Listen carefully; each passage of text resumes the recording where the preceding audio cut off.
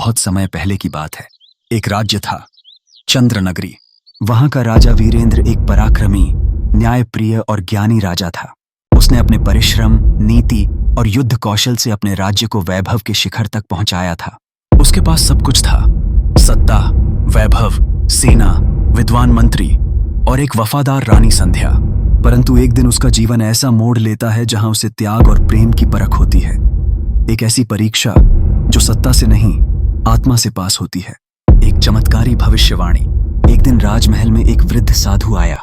उसकी आंखों में तेज था और हाथों में कमंडल। राजा ने उसका स्वागत किया। साधु बोले, हे राजन, तेरे जीवन में एक अग्निपथ आने वाला है। उस पर तेरे साथ कोई न कोई अवश्य चलेगा, परंतु ध्यान रहे, जिसे तू सबसे प्रिय समझता है वही तुझे छोड़ देगा, और जिसे तूने कभी देखा भी नहीं वही तेरे लिए प्राण त्याग देगा। राजा हंस पड़ा। मुझे डराने की आवश्यकता नहीं, मैं सबको पहचानता हूं। कौन मेरा कितना साथ निभाएगा? साधु कुछ बोले बिना मुस्कुराकर चला गया। 4 साथी, 4 अलग भावनाएं। प्रथम, राजकुमारी तारा, राजा की दत्तक पुत्री, जिसे उसने युद्ध के मैदान से बचाया था। सुंदर, चंचल, हंसमुख, राजा उसे अपनी आंखों का तारा मानता था। 2, द्वितीय, मंत्री अरुण, राजा का सबसे करीबी सलाहकार। हर नीति, युद्ध और योजना में उसका साथ। राजा कहता, यह मेरा मस्तिष्क है।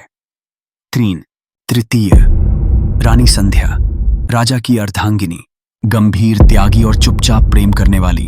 वो हर पूजा, हर उपवास में राजा की लंबी उम्र मांगती थी।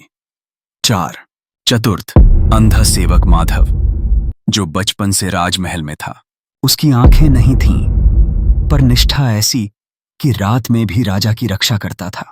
घटना, एक विशैला निर्णय। एक दिन एक दुश्मन राज्य ने राजा को एक अजीब प्रस्ताव भेजा। अगर राजा वीरेंद्र खुद को हमारे राज्य में त्याग दे तो युद्ध नहीं होगा, अन्यथा पूरा चंद्रनगरी जला दिया जाएगा। राजा युद्ध से पीछे नहीं हटता था, पर इस बार उसके राज्य में सूखा था, जनता पीड़ा में थी। वो युद्ध नहीं चाहता था।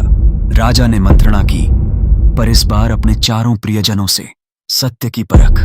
राजा ने सबसे पहले तारा से पूछा। तारा बोली, पिता, मैं आपसे प्रेम करती हूं, पर मैं अभी जीवन को देखना चाहती हूं। विवाह, प्रेम, भविष्य। माफ कीजिए, मैं नहीं जा सकती। राजा मौन रह गया। अरुण से पूछा, अरुण, क्या तुम मेरे साथ वह मृत्यु का पथ चलोगे? अरुण बोला, राजन, मेरी योग्यता इस राज्य के लिए है। मैं आपके लिए युद्ध कर सकता हूं, पर बिना तलवार के उस पार जाने का साहस नहीं। राजा की आंखें नम हो गईं। रानी संध्या के पास गया। प्रिय, क्या तुम उस अग्निपथ पर मेरे साथ चलोगी? रानी बोली, राजन, यदि मेरा साथ चलना आपकी रक्षा करता तो मैं अवश्य चलती, पर मैं आपकी चिता को अग्नि दूंगी, व्रत रखूंगी और आपकी स्मृति को जीवन भर जीऊंगी। बस इससे अधिक नहीं। राजा ने आंखें मूंद लीं। तभी एक हाथ उनके कंधे पर आया। माधव खड़ा था। महाराज, मैं साथ चलूंगा। मुझे तो दिखता भी नहीं, पर मेरा जीवन आपने ही बचाया था। अब मैं आपको अकेले कैसे जाने दूं? राजा चौंक गया। माधव, तू अंधा है। मैं तुझे क्या दे सका जीवन भर में? आपका प्रेम ही मेरा सब कुछ था राजन। आज मेरा कर्तव्य है त्याग नहीं, चरमोत्कर्ष। अग्निपथ की ओर राजा और माधव एक साथ निकल पड़े उस दुश्मन राज्य की ओर। रास्ते में लोगों ने फूल बरसाए, पर राजा मौन था।